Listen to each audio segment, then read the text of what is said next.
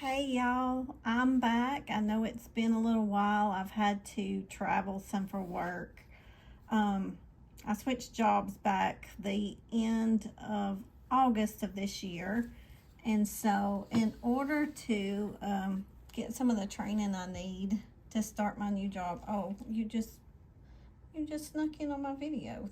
This is Patches, if anybody saw him sneak through there. But anyway, I've been traveling for training for work, and so haven't been able to do the videos I'd like to do, but it's getting close to Christmas and there's some projects that I need to get going, get done. And so I have a Grinch Christmas tree panel, which is I believe a Robert Kaufman, but I saw it last year and I really liked it and wanted to do this Christmas tree skirt. So when I saw it online here a while back, I went ahead and bought the panel, and I bought some backing. And so I thought I'd go ahead and put it together, free motion quilt it on my Juki 2000 QVP. So some people call it the DX, part of the DX line, the DX-2000 QVP. But I've had this machine since 2016, and I never used the free motion foot or the darning foot that came with the machine. And so I pulled it out and put it on the machine, did a practice quilt sandwich, which if you don't know what a quilt sandwich is, all I did is take some backing fabric, just a fabric for a backer, a piece of batting, and a piece of top fabric.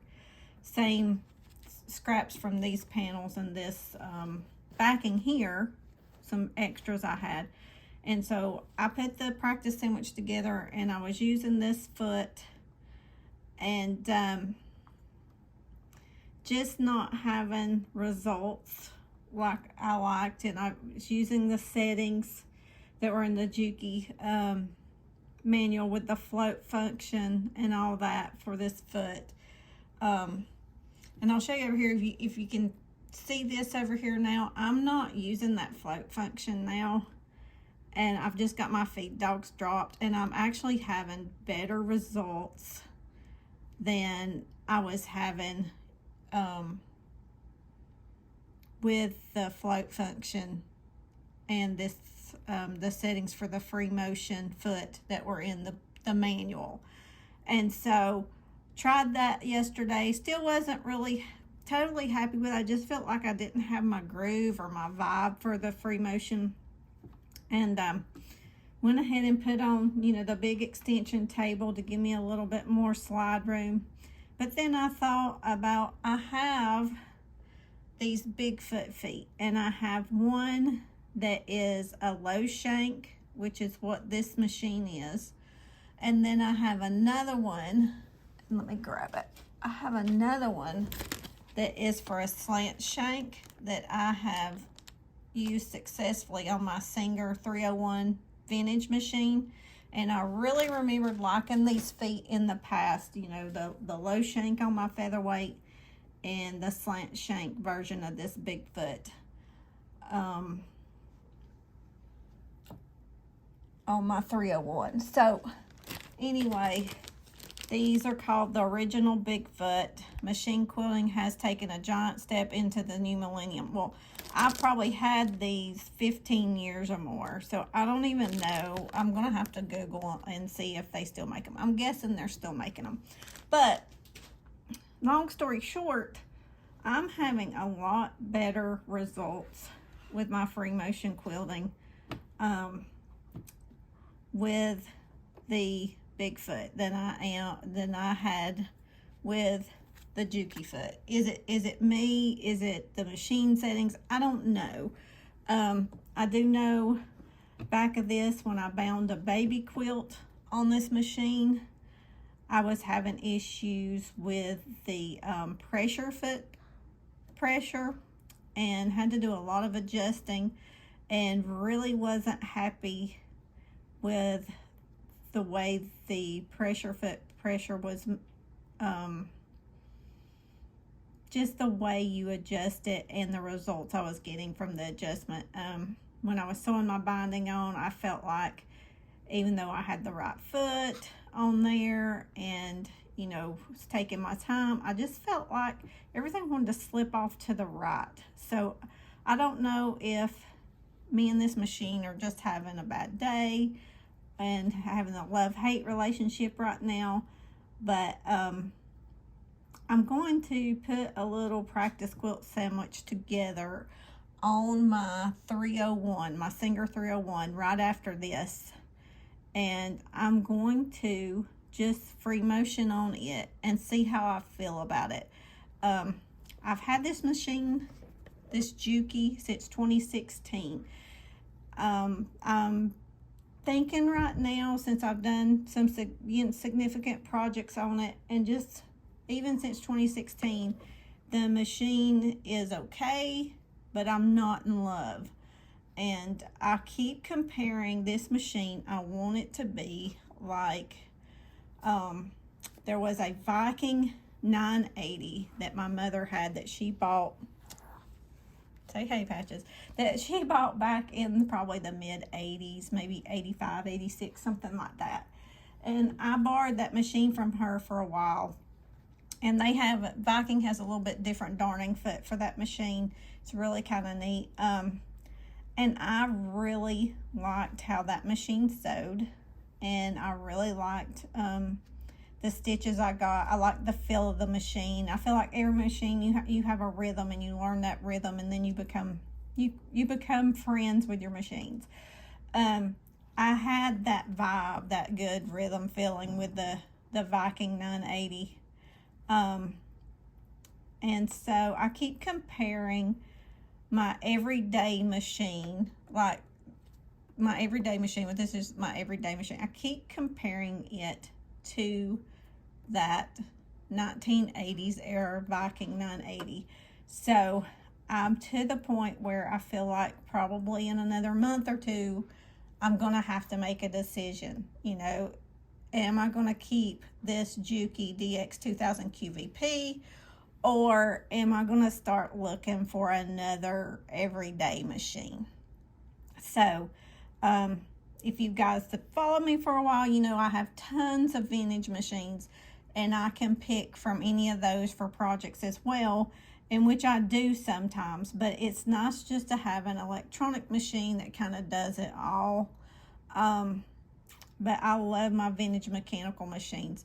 So, you know, that may be a lot of it too. So that's why I'm going to pull out the 301, put the darning free motion foot on it, and do a little practice sandwich.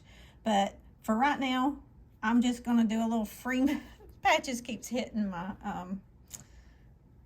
my extension for the camera, so I'm sorry. I'm going to do a little free motion here, and then I'm going to come back in a minute, and I'm going to have the 301, and I'm going to do a little free motion with it, with a practice sandwich, and we'll just see. We'll see how it goes, and maybe you guys can give me some of your experience. You know, I'm leaning, you know, maybe going with Bernina, or maybe looking at the Vikings. I know with the Viking, you know, they belong to the Singer FOF, you know, that big conglomerate now. But, you know, when you think about Juki belongs to a really big, you know, conglomerate too, so to speak. I think it's like Juki, Janome, and something else. But regardless of the brand name, I think you have to like how your machine feels when you're stitching on it, no matter what you're stitching. And you want a good stitch out of it, and you want that rhythm I was talking about. So let me free motion a little bit on here, and then I will come back with the 301.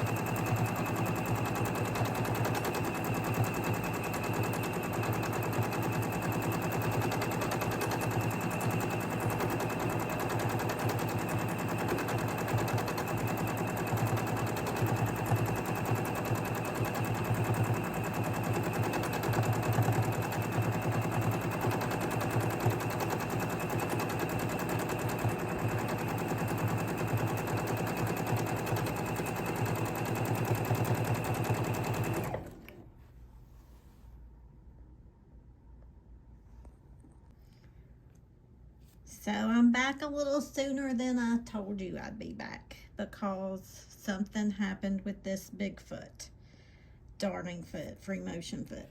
So it's got a little piece up here at the top, and I'll show you on my other one. And it's a little piece that it will bounce every time that your needle goes up and down, and it'll ride on this piece here. I don't know if you can see it. I don't think I have it good, and I don't think it's focusing in the right spot for me, but there. So it rides here. Well, what happened, and totally my fault, because I didn't think it would do it. It didn't. I had thought about it, but didn't give it a lot of thought. But so this piece here that rides up and down, when your needle rides up and down, goes up and down, which gotta say, you know, every time it goes up, it'll you know, your foot will bounce. So on my short shank one that I was just showing you guys earlier, it broke. Now, is it because it's over 15 years old? Could be. Could it be that it just doesn't, you know, the Juki was just too hard on it? Maybe, maybe not. I'm not sure. But wanted to show you that. I'm going to continue free motioning with this because I'm almost done with this project. And I will go online, like I said, and see if Bigfoot is still in business and if I can get these. And I'll get another one because I have successfully used the big feet in the past. So let me finish this up. I will come back with the 301, I promise. But I did want to show you what happened because I don't want anybody to say, Lee put her Bigfoot on her Juki QVP 2000 or DX-2000qvp, and I did it and it broke mine, and now I'm mad because Lee told me to do this. No, Lee did not tell you to do this. Lee's just trying this out, and now I'm giving you the warning. So proceed with caution if you decide to use your Bigfoot, especially if it's over 15 years old, which I think maybe that's the problem here. But anyway, things happen and we learn from them, and we need to share them so we can keep each other out of trouble. So I'll come back in a little bit. Okay, so while I'm finishing quilting up this Grinch Christmas tree skirt, I wanted to come back and just mention to you this float function that I had mentioned earlier, because I thought, well, maybe somebody will be interested, have questions. And then while I was quilting the last little bit of this, I thought, well, I'm going to try the float function again and see if I have better success, which I have. I have had a little bit better success with it. So how it works is I'm going to clear it out. Well, it won't let me clear. Okay. So anyway, you use the 1, 2, 3 with the little hands. You click it, and then you use your arrow keys to go back and forth. This one needs to be on the blanket stitch, and then it's stitch 0, 1 according to the manual, and then you'll see your darning foot or your free motion foot little diagram here, the float function. You'll see your stitch length has been nulled out or got the dashes through it because you don't set a stitch length with free motion. But this knob here is how you can address how you can change your pressure foot pressure for the float. So if you need a little more or a little less, then I'll show you. I've got my needle down right now. I'm going to go needle up. But see, I've got, you know, about this much float room between my sandwich and the quilt. So if I want to go up or down, I just use this. And now I don't know if you're going to be able to see it, but it will bring the presser foot pressure up or down. So if we go plus, you can see it go up, which I think I need a little more. That gives me a little more. If I go the other way, it's going to bring it down. So I just wanted to show you that in case you were interested in using the free motion foot and the float feature with the float feature on your machine. Now the float feature can be used separately for other stuff, and you just have to remember to clear it out when you're done. It's caused people some trouble from what I've read on some comments online and on Facebook. But anyway, I promise I'll be back with that 301 here in just a little bit. Let me finish up this quilting.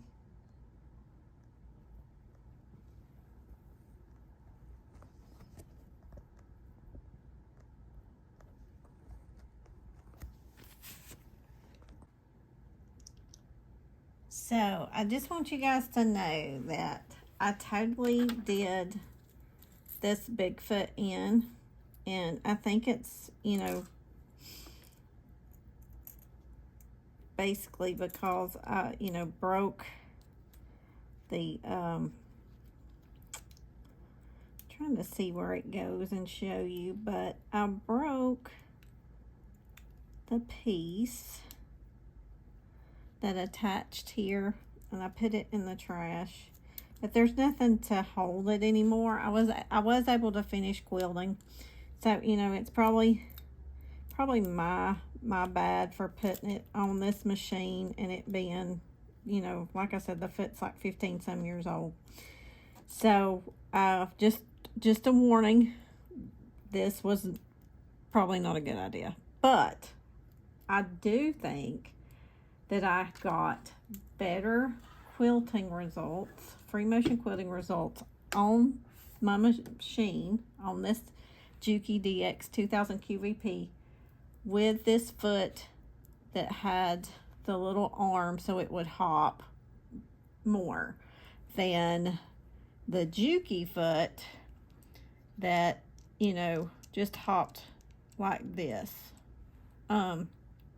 So I may come back and show you a video using this, and it just may be my preference and what I have gotten used to. I just, like I said, there's just some little things about the rhythm of this machine that I'm just trying to see, okay, can I come into rhythm with it? Or is it me? Is it the machine? You know, I've had the machine since 2016. I've done a lot of stuff on it, but here lately, we're just not seeing eye to eye on some of the projects I want to do. And similar projects I've done on other machines without having this love-hate relationship.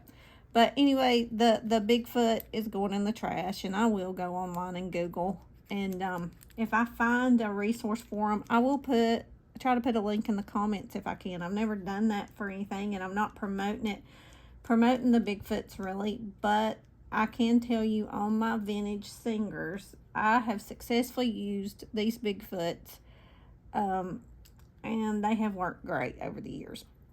So anyway, I will be back. I'm going to set up the 301. So I'm going to go ahead and put on the free motion darning foot that came with the Juki DX-2000qvp. This is the walking foot that, not walking foot, this is the free motion darning foot that came in the kit with it. This machine, when I got it, came with just a lot of extra feet, and this was one of them. Not totally a fan with this. I don't think it's the best quality foot. The function of it isn't the greatest. I've used it in the past on some small quilting projects, and since they've been, you know, a little bit smaller than the tree skirt that I'm working on, I hadn't really noticed, you know, me not feeling the rhythm or the vibe with it. And like I said before, I did do a practice sandwich like this before I got started the other day on the tree skirt. So a little bit disappointed that me and the Juki didn't get a little better rhythm. Move this so I've got more cloth on the batting. But I'm just got a little practice sandwich here. And I was going to put the Juki foot back on, show you guys how it was working. And like I said, we're just having a love-hate relationship right now, and it could be totally me. I have been traveling a lot. I've not done a lot of quilting or, you know, that much sewing as I usually do. And you guys that watch my videos know that I'm more playing with the vintage sewing machines than I am sewing and quilting a lot of times. So very well could be me just out of practice. But we're going to start this, and then I'm going to take off.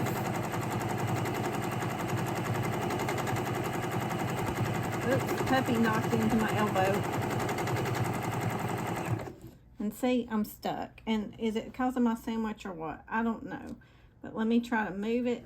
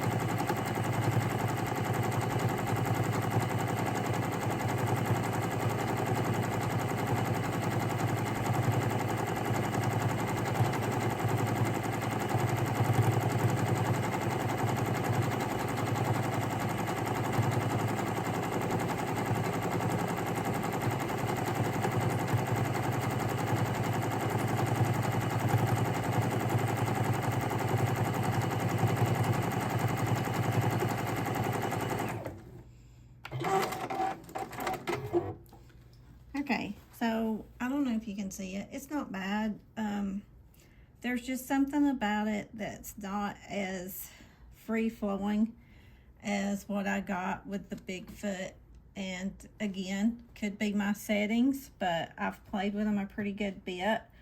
There is another darning foot for a Juki, and I've seen them online, that has the little metal piece that comes out and will kind of bounce up and down with the little piece here on the needle that comes out from the needle. And I don't know the right word for that right now, and it's okay, you guys know what I'm talking about. So sometimes I'm one of those people that words just don't come to me when I'm in the middle of something. So the whatchamacallit, the thingamajig. So anyway, so I think, you know, as far as my take or my rating on this free motion foot darning foot that comes with the DX-2000qvp, or at least it came with it when I got this machine in 2016, it came with a extra thing of attachments. Let me show you. I've got them right here. Hold on. I can show you. So, ignore the needles, but I got came with this, and now this is a cording foot. It's like the darning foot, but it's got the little piece for your cording to run through. Came with these attachments as well, our feet, and also came with these, which there's the walking foot. Came with an auxiliary spool holder that I've got attached here, and telescopes where you can use big spools off the back. And let me show you this. It came with the knee lifter. It came with this tray table. This table that comes out for working service, but it also came with, let me grab it, the little tray, you know, that you can keep extra feet in, that when you get done, you don't need the big work surface. You just slide it off and you slide this back on. So, you know, nice setup here, and I've used it a lot. So the one thing I want to tell you after your free motion quilting, don't forget, is for this machine, let me move this down just a little bit. For this machine, your feed dogs, you engage and disengage them here. So I have my feed dogs lowered. I'm going to bring those feed dogs back up by just moving to the left. If I want to disengage my feed dogs, I move that switch to the right. I want to engage them, I move it to the left. And I'm going to be taking this free motion foot off and putting a regular foot back on. Be back in a little bit with that Singer 301 I promised. Okay, I'm back with the 301, the Singer 301. This is actually a 301A. There's technically no difference between a 301 and a 301A. That's just something Singer did with the later 301s. More like the beige and oyster white. The 301s came in two other colors, just beige and then black, and they can come with either a short extension bed or a longer one. They can go in a cabinet or they can sit on the table like I've got mine. And I'll go back just a little bit so you can see the machine some more. So I have put the same Aerofill threaded this machine that I used on the Juki DX-2000qvp. I have brought my stitch length down to 0, and how you do that on these machines is you set your stitch length by setting it, say I wanted 8 stitches per an inch, or is that how that works? Yeah, inch. A stitch length of 8, I would just tighten it there somewhere around 8. For what we're doing, free motion, I want to go down to 0. Okay, so I've put the slant, this is a slant needle machine. It means that needle bar comes down at a slant. I've put the big foot walking foot on it. Now remember, I totally broke and tore up a big foot walking foot a minute ago on the Juki DX-2000qvp, but I finished what I was quilting, the Grinch tree skirt.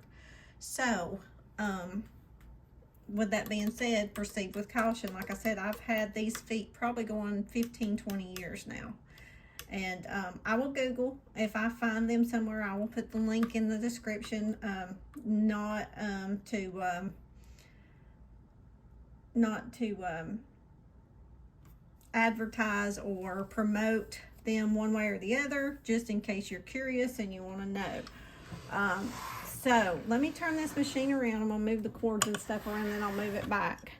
The neat thing about this that the Singer 221 featherweights can't do is that this knob right here, right behind your bobbin case where you put your bobbin in, this will lower and raise your feed dogs, okay?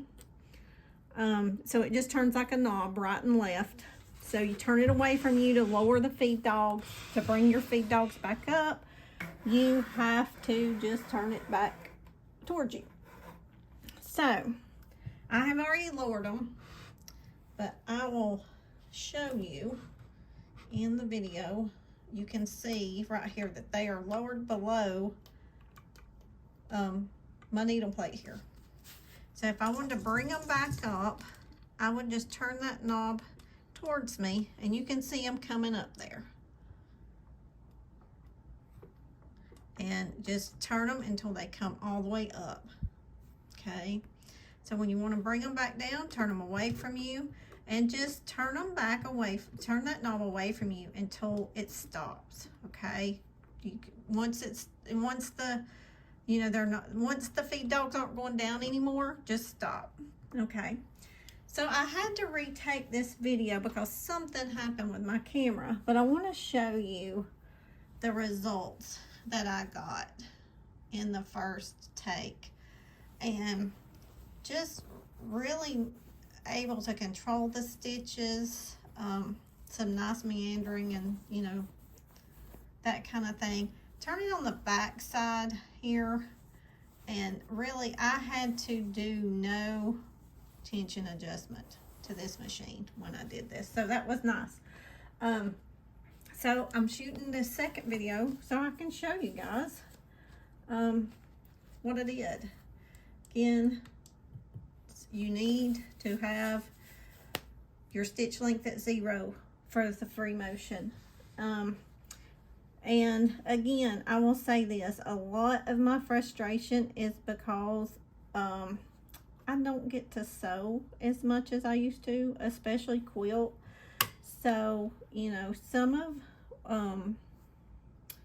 my frustration is me getting back in the groove, but some of it is just not having that rhythm with the Juki DX-2000qvp. Just me and him or her. I have never given that machine a name, which I usually give machines names or a gender. But or some of them are just what they are. But just never came to terms with one another with that machine. So this machine doesn't have a name either, but it has been a go-to machine for several years, and it is a powerful machine. It is a loud machine, so if you want something that's whisper quiet, the 301 is not going to be the machine for you. So just forewarn you. So I'm just going to take a couple of stitches and go ahead, take a couple of stitches to lock it in place, and then sometimes there can be an adjustment made for what you just saw happen, where the motor just kind of freezes up, and well, the motor doesn't freeze, but the motion of the machine kind of freezes and won't go.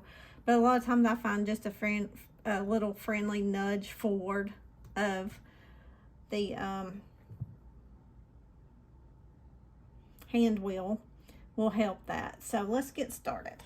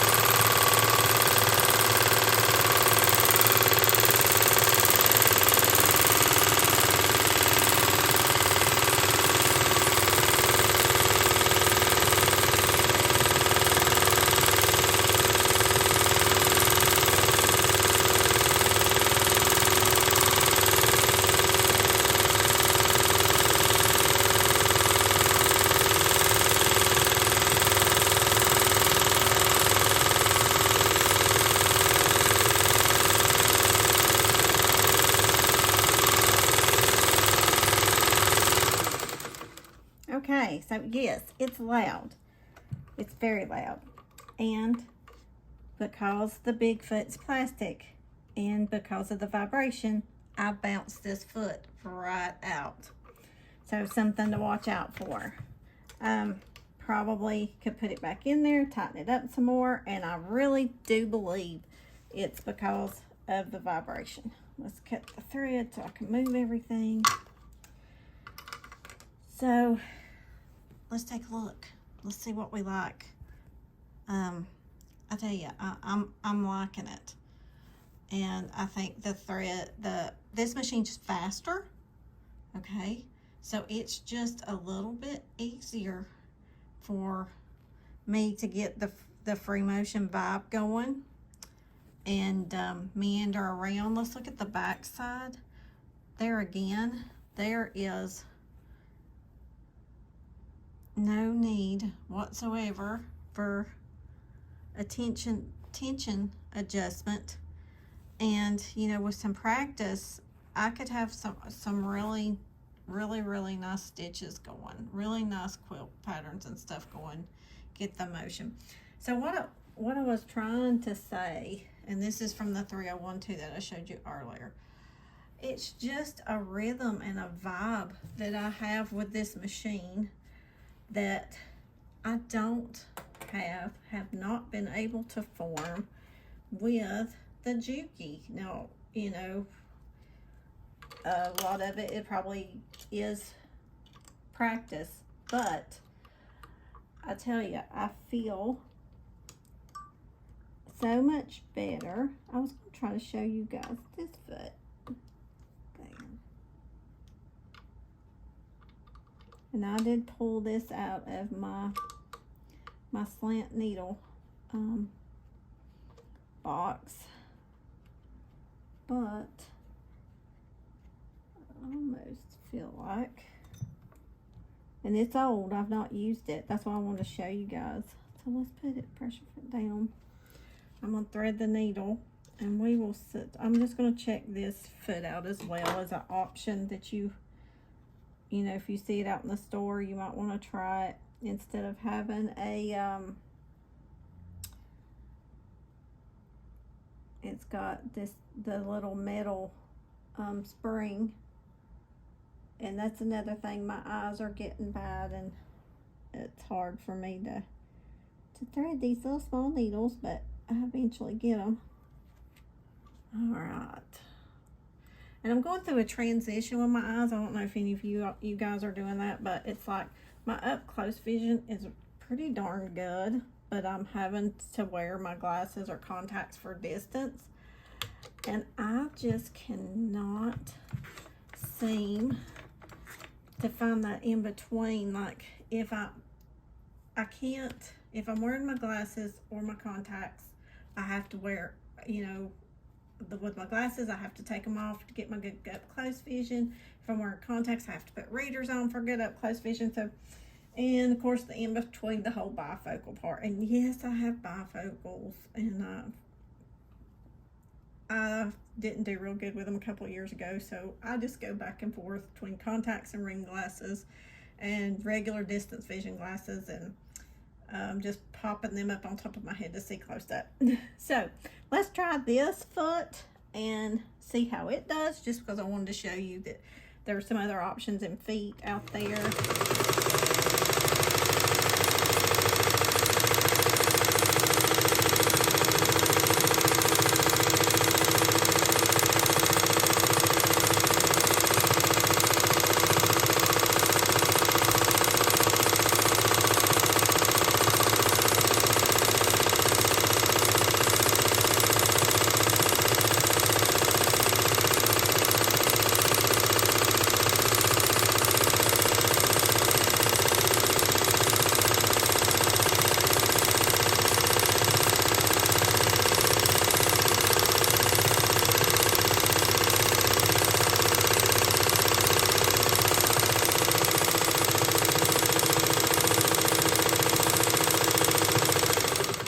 So this foot actually, to me, with the 301 didn't seem as loud. So that might be something you want to think about too, because of, you know, the hopping motion and the sound of the foot. But still, good results, even when I got down, you know, small to the small meander there. Really nice results. So I'm okay with that. And I just wanted to show you guys this and talk to you about the frustrations I'm having with the Juki, the DX-2000qvp. There again, I have had the machine since 2016. I love my vintage machines. I just feel like they operate better. They're smoother. You get better stitches. And so, you know, I just, like I said at the beginning of the video, I had some issues putting on a binding on a baby quilt here a while back that I wasn't real happy with the adjustments that I was able to make on the foot pressure of the Juki DX-2000qvp. And got to thinking this week, you know, I'm going to try free motion on it, do a few more projects on it, and see if I come to terms with the Juki, or if I'm going to, you know, get another computerized machine. Like I said, maybe a Bernina, maybe a Viking, or am I going to stick with my vintage machines? And I'm going to show you why. On this 301, you know, you say, well, if you go to this straight stitch vintage machine, you're going to give up buttonholes and you're going to give up decorative stitches, and you can't do this and you can't do that. Well, right here's the buttonholer for it. So you've got cams for different size buttonholes. So definitely that's not an issue. If you want to, I've got the blind stitch attachment for blind hems for this machine. I'll show you what it looks like. There. There's also a zigzagger, and with the zigzagger, this is the 301 zigzagger, there are cams, and you can find the different cams with different specialty stitches. So you're not giving up all the decorative specialty stitches. And it really just depends on if you use them a lot.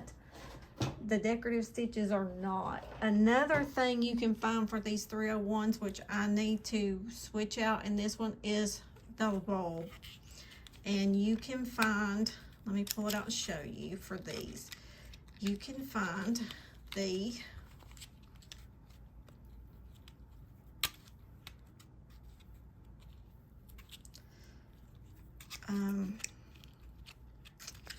well, I'm having trouble with the package, but I'm sure you've guessed it already. It's a LED bulb to give me some more. Maybe I ought to take this thing on out and install it, since it's so hard to get out of the package. I might not even get it back in. But yeah, LED bulb. Give a lot more light on this machine. So I just have to remove the little glass lens and pop that in. You get, you know, for these machines, there's also walking feet for the slant needles. So, you know, it's not like there is not accessories for them. I do have the feet that came with the machine, you know, like the binder attachment, ruffler, etc. So have those. So these machines, you know, did come. You could get the stitches, I mean the feet for them. I actually have a second blind stitch attachment here, and it looks like it's for a low shank and not the slant shank. So let's see what else. Now these bobbins are the same bobbins that go in your featherweight 221. So that's nice to know that they're interchangeable. Bobbin case is the same, so I'll show you there. So I have to just kind of decide about the Juki. To be honest with you, I keep, like I said before, I keep comparing it to a Viking 980 that my mom had back in the late 80s. And I used that machine up until sometime the mid 2000s, like 2006. And just a nice machine. Really, the Husqvarna Vikings were made in Sweden at that time. And so, good quality machine.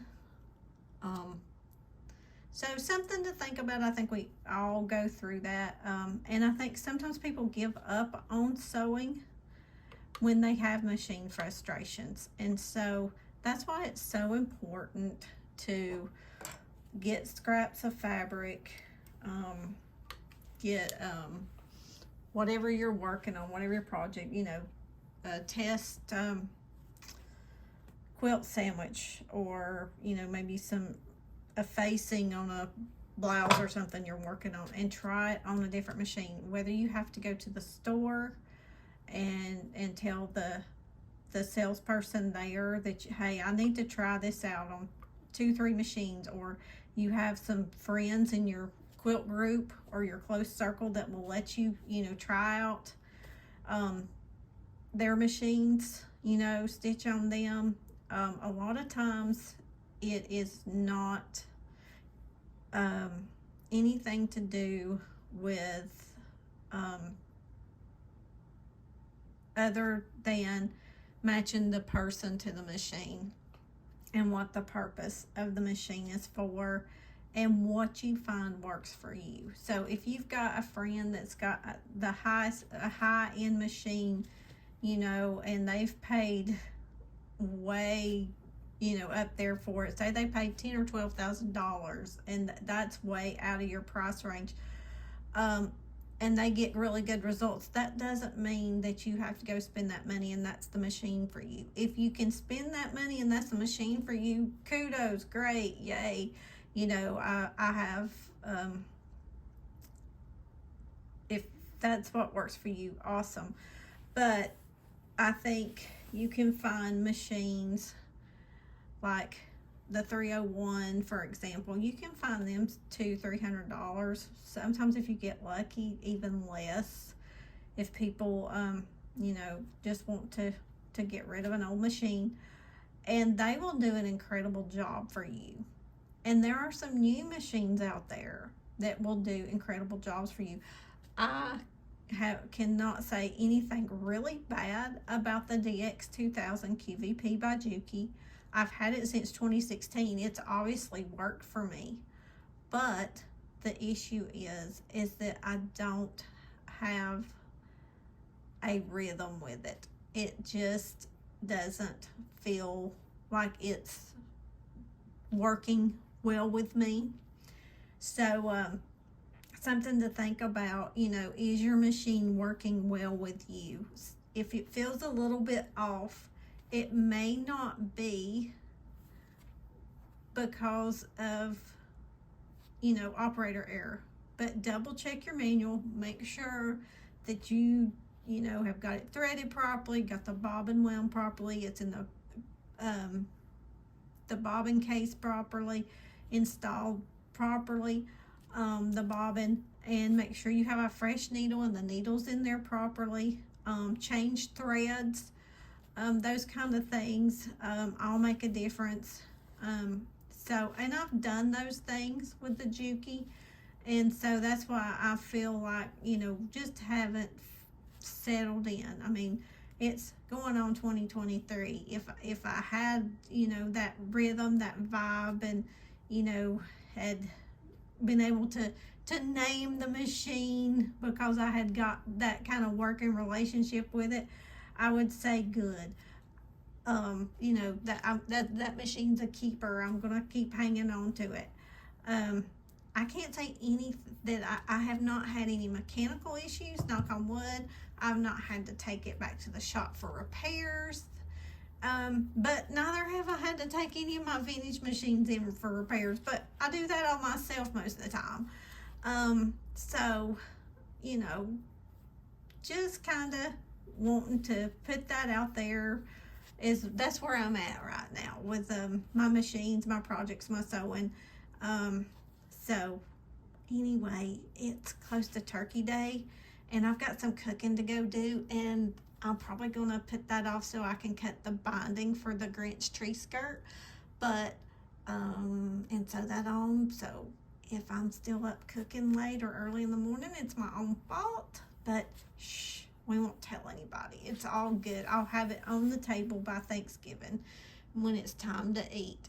So anyway, thanks for listening to me ramble and my frustration with my love-hate with my Juki DX-2000qvp and my love for my Singer 301. So anyway, thanks for watching.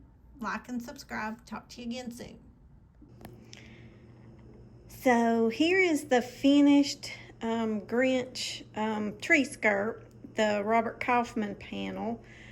I just thought since I had it in the video that you'd want to see the finished product. The only thing I've not done is add the ribbon ties, you know, to close the tree skirt around the tree.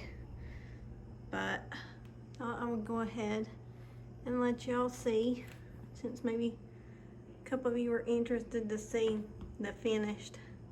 I did cut my binding, this fabric here, on the bias, so to stretch it around the curves. Of course, as the curves get tighter, like they do here in the center, that extra stretch, you really need it, but it is harder to get around and get it to lay flat. It wants to go with that curve and the bias. So, but anyway, this is I just have to put the ribbon ties right through here, and I'll be ready. I will have this on one of my trees this year. So anyway, you guys have a blessed day, and thanks for watching, and I'll talk to you again soon.